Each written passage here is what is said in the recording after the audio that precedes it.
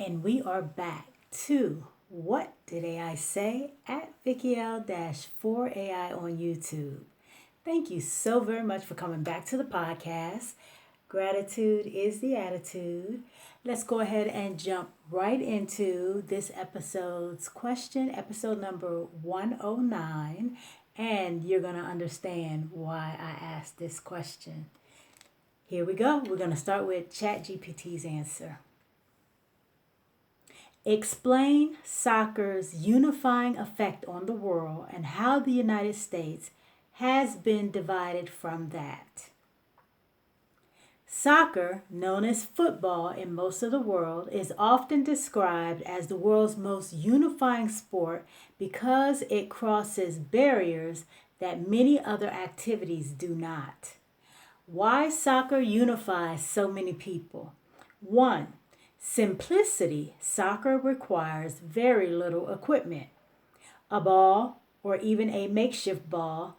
I've seen videos where kids are playing with plastic bottles, rocks. Can you imagine that? Kicking a rock barefoot? Goodness gracious.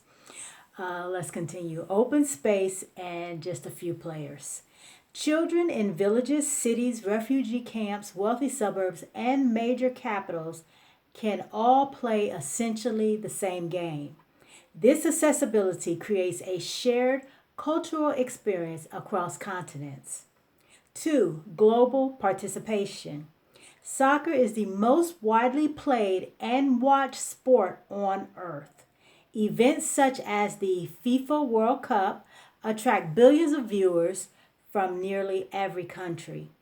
People who may disagree politically, religiously, or culturally often support the same club or national team. This is so very true. 3. National identity without warfare. International soccer provides a peaceful outlet for national pride. Countries compete intensely, but generally within agreed rules and institutions. Victories become collective celebrations, and losses become shared experiences. 4. Common language. A person from Brazil, Nigeria, Japan, and Germany may not share a spoken language, but they understand the game's basic rules, skills, and emotions. This creates a form of cultural connection that few activities can match. Has the United States been divided from that? In some ways, yes, but not completely. Historical reasons. For much of the 20th century, the United States developed a unique sports culture centered around National Football League football. No, National Football League football. Yeah, that's what it says. Baseball, basketball, hockey. While soccer grew into the dominant global sport, Americans were already heavily invested in domestic sports traditions. Okay, let me just interject something here. Let me think about that because we know that the actual FIFA World Cup began in the 1930s. And what's older than that would probably be baseball, American baseball, which played its first series, it played its first series in 1903. So, and then everything else came after soccer. Basketball, I believe, was around 1947, and I know football was like 1967. That was way later. So it was American baseball with the World Series, which was 1903. Then it was the FIFA World Cup, which was 1930. And then it was the basketball playoffs or finals, which was 1947, I'm thinking. And then the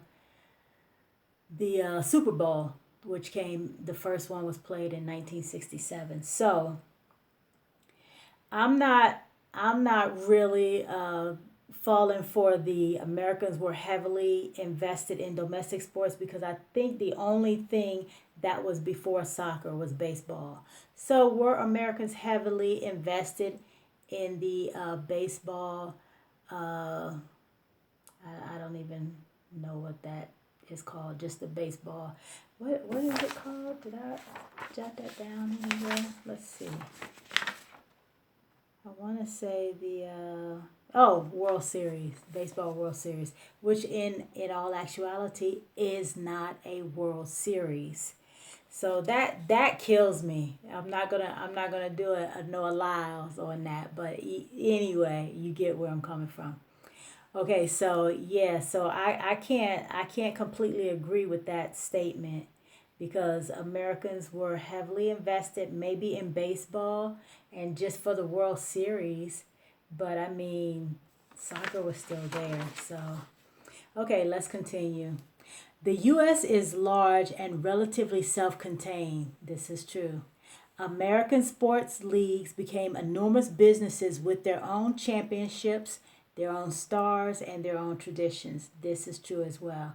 Many countries view the World Cup as the pinnacle of sport. Historically, many Americans viewed events like the Super Bowl, the World Series, and the NBA Finals in a similar way. But again, you know, the NBA Finals and the Super Bowl all came decades after uh, the FIFA World Cup or baseball for that matter. Okay, different sporting values. Traditional American sports often emphasize frequent scoring, commercial entertainment, statistics, and specialization. Soccer traditionally emphasizes, let me backtrack a little bit. Okay, so it says many countries view the World Cup as the pinnacle of sport. Historically, many Americans view events like the Super Bowl, the World Series, and the NBA Finals in a similar way. Different sporting values.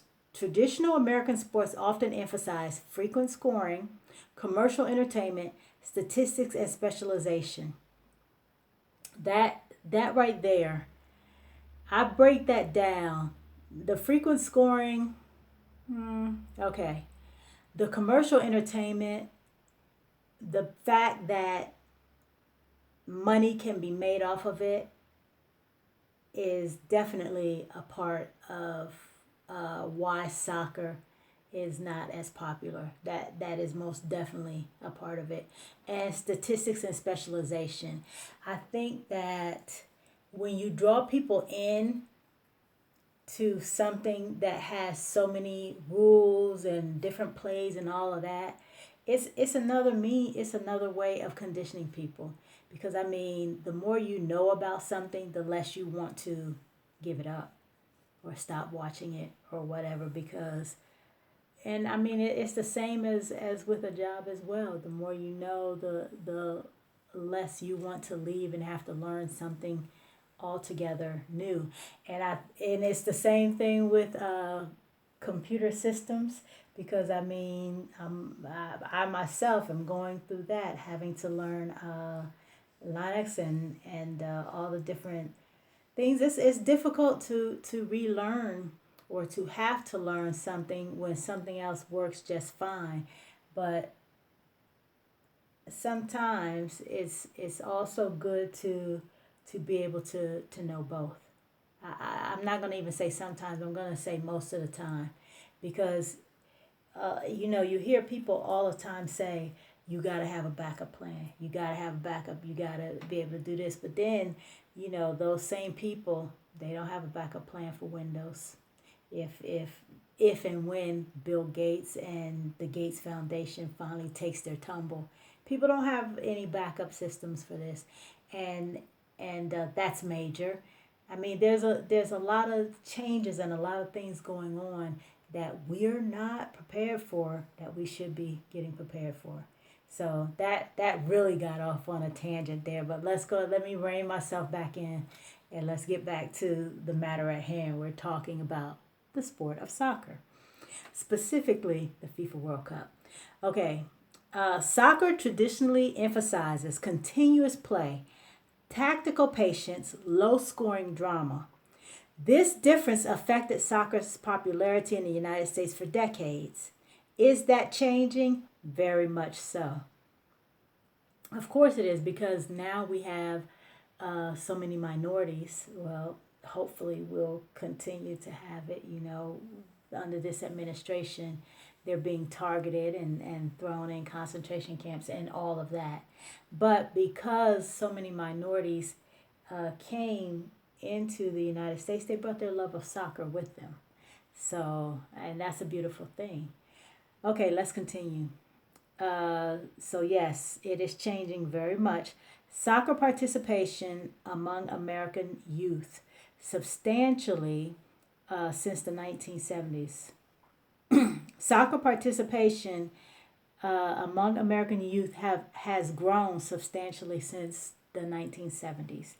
The success of the U.S. women's national team, the growth of Major League Soccer, and the increasing availability of European leagues on television and streaming online have brought the U.S. closer to the global soccer culture. This is true. Online definitely has made the world so much smaller and brought so much information right to our fingertips. Okay, let's continue. This 2026 World Cup, hosted primarily by the United States along with Canada and Mexico, is another sign that the gap is narrowing. Yeah, the last time that the United States hosted the World Cup, I want to say it was 1994, and that was supposedly a very, very excellent World Cup turnout. This one has not been so excellent because of, the current administration's ban on different countries and the war with Iran and this and that. But we'll get into that. Let's go ahead and continue here. Okay, a broader perspective. The United States has not been excluded from soccer's unifying influence so much as it developed a different sporting tradition. Okay, I can see that. For much of modern history, soccer served as a global cultural language, while Americans spoke several other sporting languages. Okay, that's a good metaphor, a good way to explain it. Today, those worlds are increasingly overlapping, making soccer one of the strongest shared cultural experiences between the U.S. and the rest of the world. Now, I don't like that because this is Chatgpt, so of course it's still going to use division in how it explains things, and I don't like that. Okay,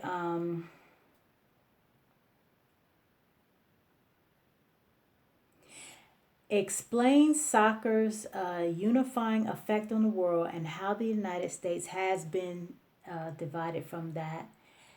Just in case you forgot the question, now we're going to move into Deepseek's answer. Wow, ChatGPT kind of summarized and shed everything off without a summary this time. Okay, so now we're at Deepseek's answer. And that was the question: explain soccer's unifying effect on the world and how the United States has been divided from that. Soccer is arguably humanity's most powerful cultural unifier.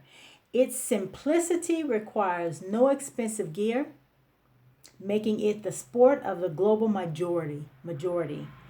The World Cup acts as a secular ritual. Wow.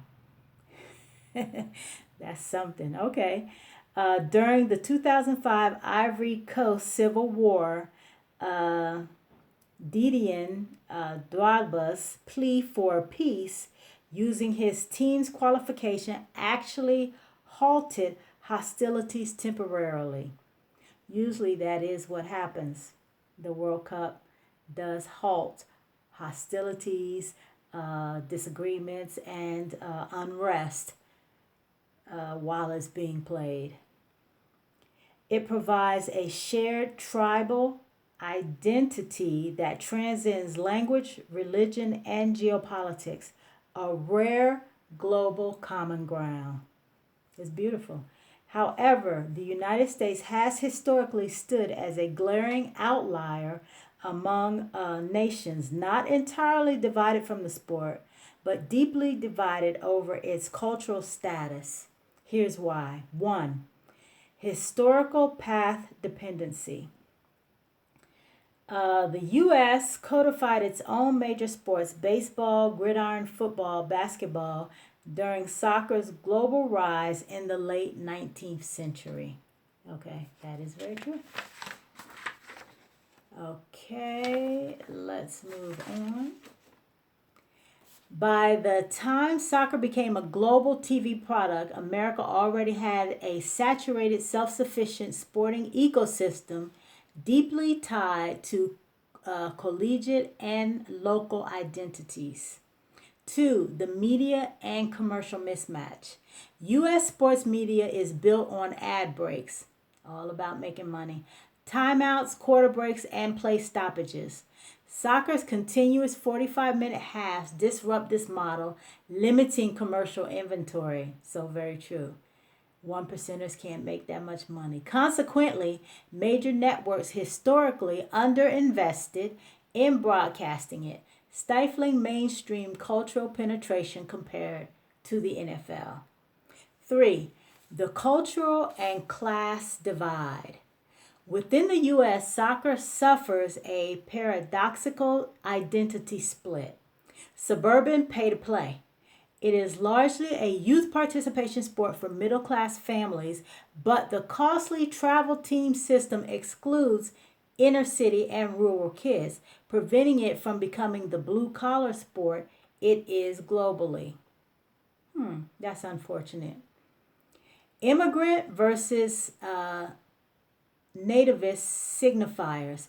For some, soccer is culturally associated with immigrant communities. For others, preferring American football is tied to patriotic exceptionalism and a rejection of foreign norms. More division. Four, the performance gap. Without a deep domestic league structure until the 1990s MLS, the U.S. men's national team has rarely reached global elite status. Americans are accustomed to being number one, Olympics basketball. The men's round of 16 ceiling creates a bandwagon fandom during World Cups rather than year round, multi generational devotion. The crucial nuance, the division is shrinking. Thank goodness. Okay, this is Deepseek's final thought. The premise is actually weakening. The U.S. women's national team is a global powerhouse and a unifying national point of pride. MLS attendance now outdraws NBA and NHL games in several markets. You hear that? You hear that? MLS attendance now outdraws NBA and NHL games in several markets. Crucially, Gen Z and millennials consume soccer, especially the Premier League and Liga MX, as a primary sport, breaking the old cultural barriers. With the U.S. co-hosting the 2026 World Cup, the nation is moving from an outlier to a co-center of the sport. The division is no longer a permanent state, but a generational transition. Proof that even America's cultural exceptionalism isn't immune to soccer's global gravitational pull. Okay. That was pretty good. That was pretty good. So how does any of this affect our daily lives? I asked this question because I wanted to see myself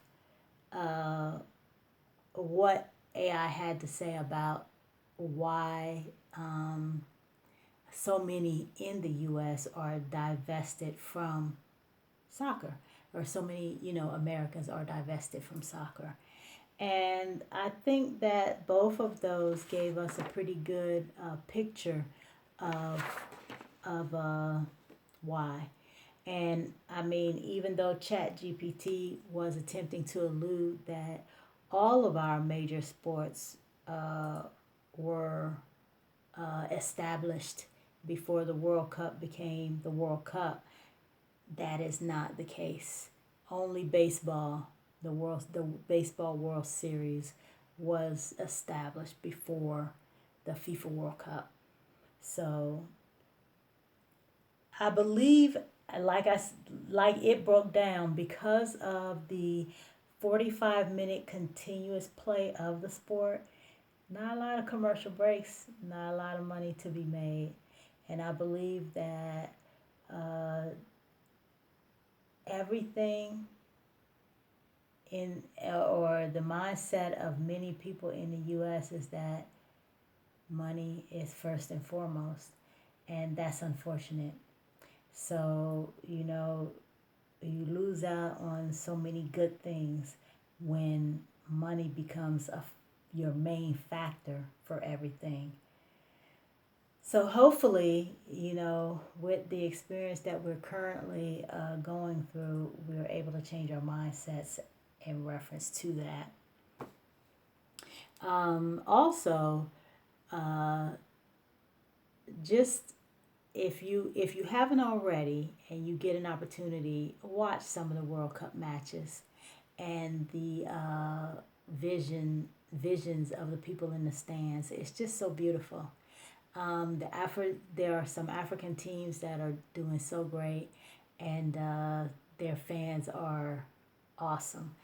And the Mexican fans that have come through for Iran, that has been a sore spot with me. Our treatment of the Iranian team has definitely not shown us in the best light, and unfortunately, we have an administration who just does not understand what something like that does for our already dwindling popularity in the rest of the world. I think we have, the last time I checked, I think we had maybe 190 countries, with I think only 170 of them being actually recognized as sovereign.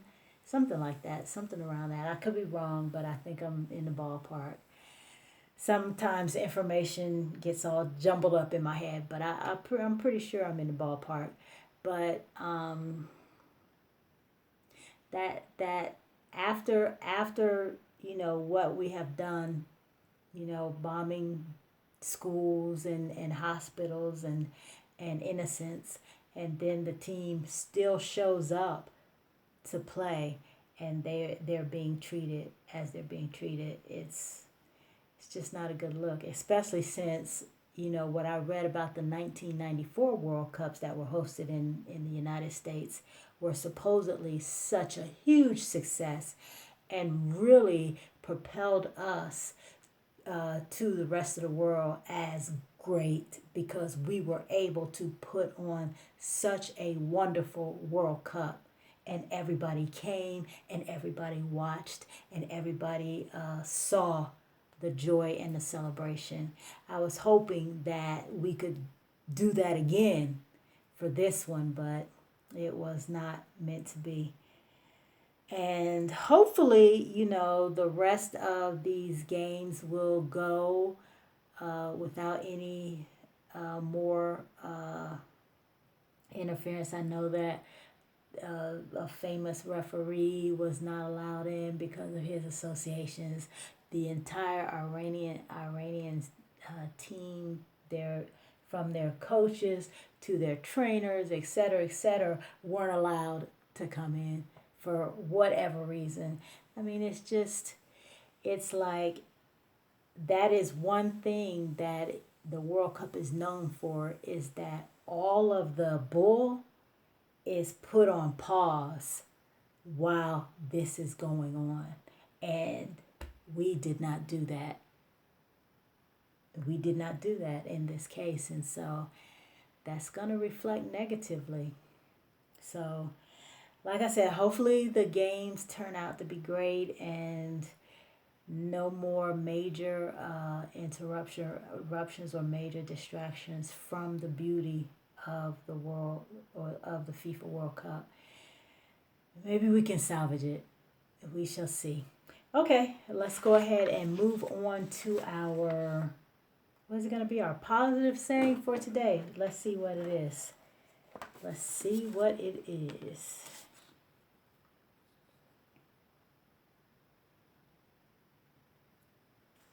Oh, you know what? I don't know who said this, but I like this. I like this saying. Okay, here we go. Um, was it from the Think and Grow Rich book? I'm not sure. But here we go. I'm just gonna read it to you, and it hit me. That's why I wanted to share it with you, and hopefully, it'll have a profound effect on you as well. Your beliefs don't just shape what you notice; they also shape what you allow yourself to experience. The mind will automatically delete any information that doesn't fit your narrative. Okay, let's reread that because that is so very deep.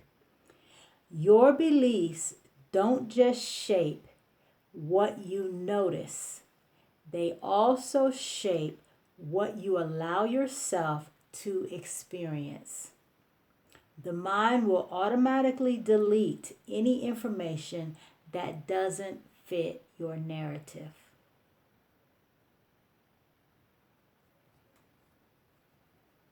To me, that is so very deep.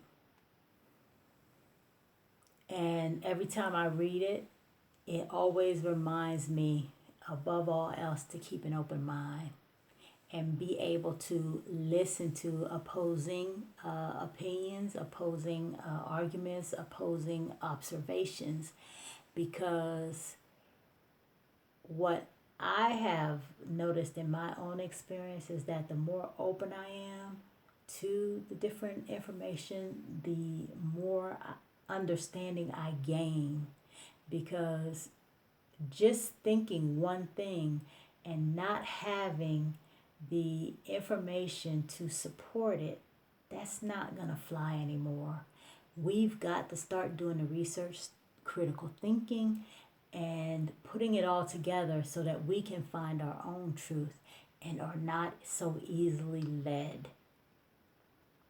Okay, that's all I have for this episode number 109. If you haven't already, please like and subscribe to the channel. Thank you so very much for about 28 minutes of your time. We the people have the power. I will see you next episode. Peace.